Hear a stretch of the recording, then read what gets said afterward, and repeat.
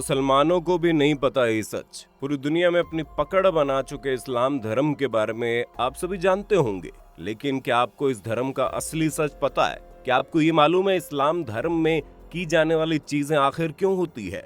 क्यों इस्लाम धर्म में लोगों को जलाया नहीं जाता बल्कि दफनाया जाता है? क्यों इस्लाम धर्म के लोग अधिकतर मांस खाते हैं? आज की हमारी वीडियो में आपके सभी सवालों के जवाब मौजूद है, जहां हम आपको इस्लाम धर्म की उस सच्चाई से रूबरू करवाने वाले हैं जिसे जानकर आपके होश उड़ जाएंगे। यहाँ तक कि बहुत से मुसलमान भी इसके पीछे का सच नहीं जानते होंगे। दोस्तों, हम अपनी वीडियो में जो भी बताएंगे वो सारी बातें तर्कपूर्ण होंगी, इसलिए कुछ भी कहने या सोचने से पहले वीडियो को पूरा देखना जरूर। वीडियो में आगे बढ़ें उससे पहले अगर आप एक सच्चे हिंदू हैं तो सब्सक्राइब करें फैक्ट मंत्रा चैनल को और बेल नोटिफिकेशन को ऑल पर लगाएं ताकि कोई भी वीडियो मिस ना हो। दोस्तों, इस्लाम धर्म का सच जानने के लिए सबसे पहले आपको रामायण के बारे में पता होना चाहिए कि रामायण में सभी राक्षसों का वध किया गया था, लेकिन सिर्फ शूर्पणखा का वध नहीं किया गया था। उसके नाक और कान काटकर उसे छोड़ दिया गया था, जिसके बाद शूर्पणखा अपना चेहरा कपड़े से छुपाकर रहती है। रावण की मृत्यु के बाद शूर्पणखा अपने पति के साथ शुक्राचार्य के पास गई और जंगल में उन्हीं के आश्रम में रहने लगी। राक्षसों का वंश खत्म ना हो इसीलिए शुक्राचार्य ने शिवजी की आराधना की और शिवजी प्रकट हुए। शिवजी ने अपना स्वरूप शिवलिंग शुक्राचार्य को देकर कहा कि जिस दिन कोई हिंदू इस शिवलिंग पर गंगा जल चढ़ा देगा उस दिन राक्षसों का नाश हो जाएगा। तब तक के लिए जो राक्षसों का वंश है वो इसी तरह चलता रहेगा।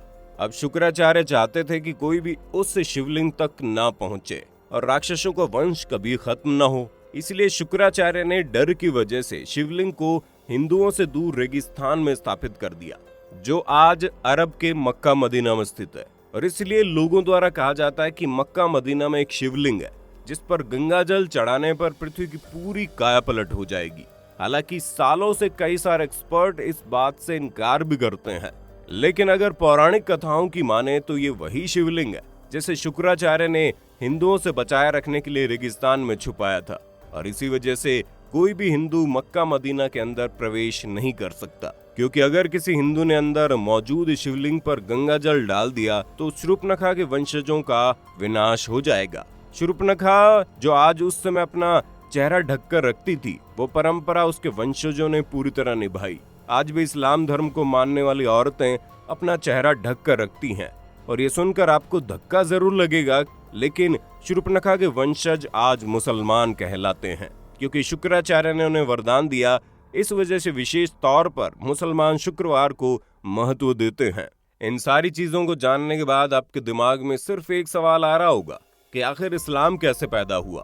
तो दोस्तों, आपको बता दें, इस्लाम कोई धर्म नहीं है, वो एक मजहबी दिनचर्या है। दोस्तों, वहाँ पर मजहब का मतलब होता है अपने कबीले के गिरोह को बढ़ाते चले जाना, यानी कि अपने कबीले में रहने वाले लोगों की संख्या को बढ़ाते रहना। दोस्तों, ये तो हम सभी जानते हैं कि इस्लाम धर्म की स्थापना करने वाले मोहम्मद अरब के वासी थे और अरब के देशों में सिर्फ और सिर्फ रेगिस्तान पाए जाते हैं। वहाँ जंगल तो छोड़िए, हरियाली भी नहीं होती, लेकिन वहाँ पर मुश्किल से इक्का दुक्का ही पेड़ पौधे नजर आते हैं। और इसी वजह से वहाँ पर लोगों के मरने के बाद उन्हें जलाने के लिए लकड़ियाँ न होने के कारण मृत शरीर को जमीन में दफना दिया जाता है। अब रेगिस्तान में हरियाली तो है नहीं, इसी वजह से वहाँ पर हरा चटक रंग देखकर इंसान जला जाता है, जो कि सूचक का काम करता है। इसी वजह से इस्लाम धर्म में हरे रंग को इतनी ज्यादा महत्वता दी जाती है। अरब देशों में पड़ने वाली गर्मी किसी की भी हालत खराब कर सकती है। वहाँ के लोग तेज धूप में रेगिस्तान में सफर करते थे और इसी वजह से वहाँ पर लोग अपने सिर को ढकने के लिए टोपी पहनने लगे, ताकि धूप की गर्मी से वो लोग बीमार ना पड़े।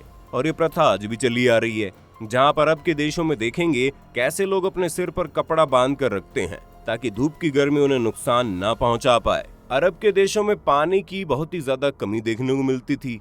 ऐसे में लिंग यानी मूत्र मार्ग को साफ करने में पानी खराब न हो, इसलिए वहाँ के लोग यानी कि इस मजहब के लोग अपना खतना करने लगे। दोस्तों, खतना जो प्राइवेट पार्ट होता है उसका आगे वाला हिस्सा काट दिया जाता है और ये चीज अभी तक चलती आ रही है। सब लोग एक ही कबीले में खाना बदोश होते थे, इसलिए आपस में भाई बहन की निकाह कर देते थे। उन्हें शादी करने के लिए कहीं दूर रिश्ता ढूंढने की जरूरत नहीं होती थी, पर हाँ, वो लोग शादी करने से पहले इस बात का जरूर ध्यान देते थे कि जिसके साथ वो शादी कर रहे हैं वो उसका सगा भाई या बहन ना हो, अगर कोई चाचा या मामा वगैरह का लड़का या लड़की है तो उसके साथ ये लोग आराम से शादी कर देते थे।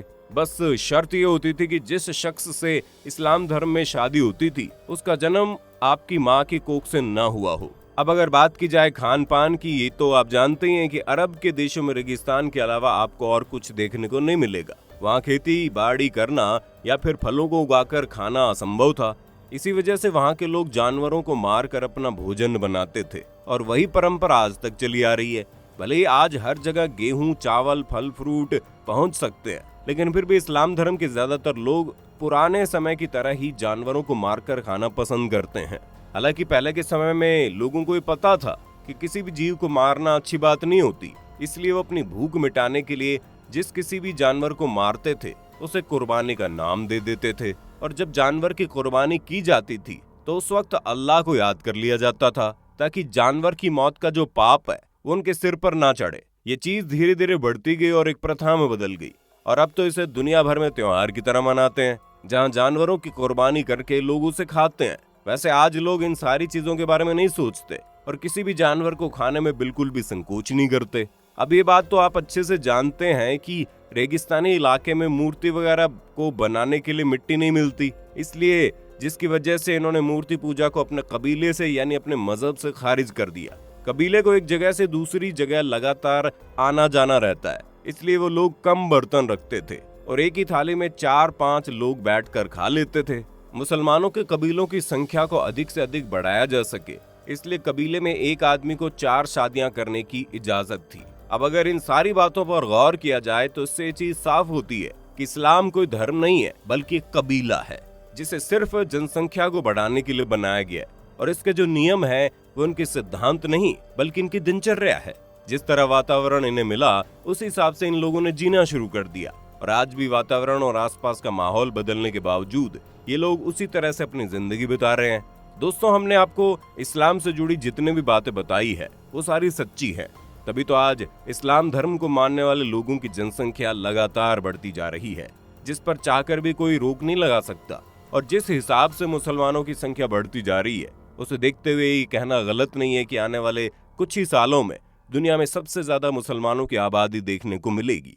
अब हमारे बहुत से मुसलमान भाई बहनों को ये सारी बातें सुनकर बुरी लग रही होंगी, हम उनके धर्म को इस तरह से कह रहे हैं, पर दोस्तों हमारा इरादा किसी भी धर्म को ठेस पहुंचाना नहीं है, बल्कि हम तो आपके सामने कुछ ऐसे फैक्ट्स रख रहे हैं जो पूरी तरह से लॉजिकल है।